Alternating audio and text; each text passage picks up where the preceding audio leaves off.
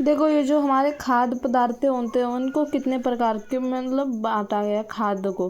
पहले ये संरक्षित खाद्य, इसको क्या कहते हैं, इसके अंतर्गत संरक्षण के लिए उपयुक्त की गई विधियां उत्पादन के गुणों में अधिक परिवर्तन नहीं करती, जैसे कि हिमस्थित मटर, हिमस्थित सब्जियां, डिब्बाबंद फल।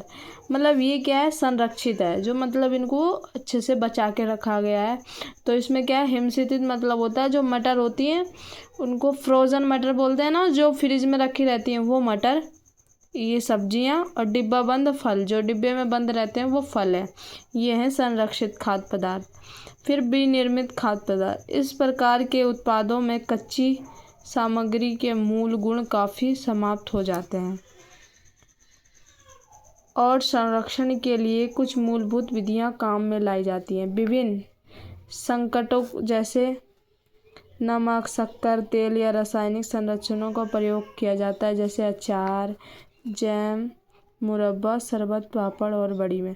ये विनिर्मित है, मतलब पहले से उनको कुछ बना दिए गए, उसके बाद उनको फिर दोबारा से मतलब उनको इस्तेमाल में लाने के लिए हम क्या क्या करते हैं, जैसे कि हम मुरब्बा बना देते हैं, ये ख़राब नहीं होता। शरबत है, पापड़ है, ये सब क्या है, ये दोबारा से बनाई गई हैं। दाल बनी है, दाल के बाद उनको पीस दिया गया, दाल हमने खेतों में उगाई, फिर दाल को काट के फिर दोबारा से हमने दाल का इस्तेमाल किया बड़ी बनाने में। ठीक है। मुरब्बा है, पहले अचार हम लाए, उसके मतलब मुरब्बा लेके आए, उसके बाद उनको काटा, उसके बाद उससे एक नई चीज़ बना दी, तो इसको क्या बोलते हैं, विनिर्मित। फिर ये फॉर्मूलाबद्ध खाद्य, विभिन्न संगठनों को मिलाकर और संसाधित करके, संसाधित मतलब होता है इकट्ठा करना, करके ये उत्पाद तैयार किए जाते हैं, जिससे प्राप्त खाद्य उत्पादों का शेल्फ काल अपेक्षाकृत अधिक हो सके। जैसे कि उदाहरण डबल रोटी, बिस्कुट, आइसक्रीम, केक, कुल्फ़ी आदि।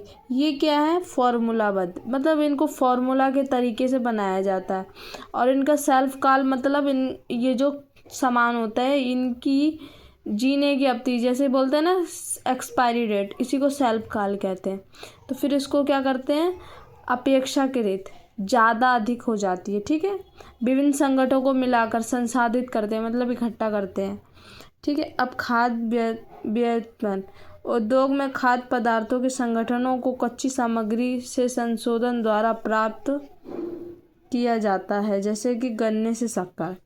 समझ गए ना आप कि खाद्य व्युत्पन्न मतलब खाद पहले से कुछ, जैसे कि गन्ना है हमारे पास, कच्चा गन्ना है, ठीक है, उससे के बाद हम उससे क्या बना रहे हैं, एक नया उत्पन्न कर रहे हैं, मतलब उससे एक और चीज़ उत्पन्न कर रहे हैं, उसे व्युत्पन्न कहते हैं। तो गन्ने से शक्कर व्युत्पन्न हो गए।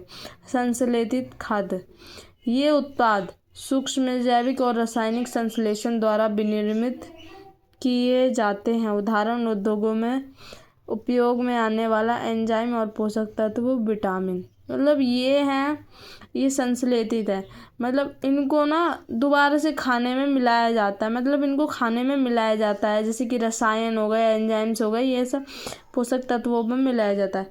फिर कार्यमूलक खाद्य पदार्थ, ठीक है, ये खाद्य पदार्थ मानव स्वास्थ्य पर लाभदायक प्रभाव डालते हैं। मतलब कौन से, कार्यमूलक खाद्य, ये पदार्थ मानव स्वास्थ्य को लाभ प्रदान करते हैं, मतलब अच्छा मतलब इफेक्ट डालते हैं। ठीक है। अब ये चिकित्सीय खाद्य, ये रोगों के आहारी प्रबंधन में उपयोग में लाए जाते हैं। उदाहरण कम सोडियम वाला नमक, लैक्टोज असहाय व्यक्तियों के लिए लैक्टोज मुक्त दूध, मतलब ऐसे जो चिकित्सीय खाद्य पदार्थ, जैसे कि अगर किसी इंसान को ना लैक्टोज से प्रॉब्लम है तो हमारे दूध में लैक्टोज पाया जाता है, तो अगर हम उसको लैक्टोज वाला दूध देंगे, जब उसको उस चीज़ से एलर्जी है तो फिर वो क्या उसको नुकसान करेगा। तो हमें लैक्टोज रहित, मतलब लैक्टोज उसमें नहीं रहेगा, वैसा दूध देना है। ठीक है। और सोडियम, जैसे कि किसी को बीपी हाई होता है, ठीक है, या बीपी लो होता है, तो उसमें बताते हैं ना कि नमक खाना है या नहीं खाना है, वो भी बताते हैं। ठीक है।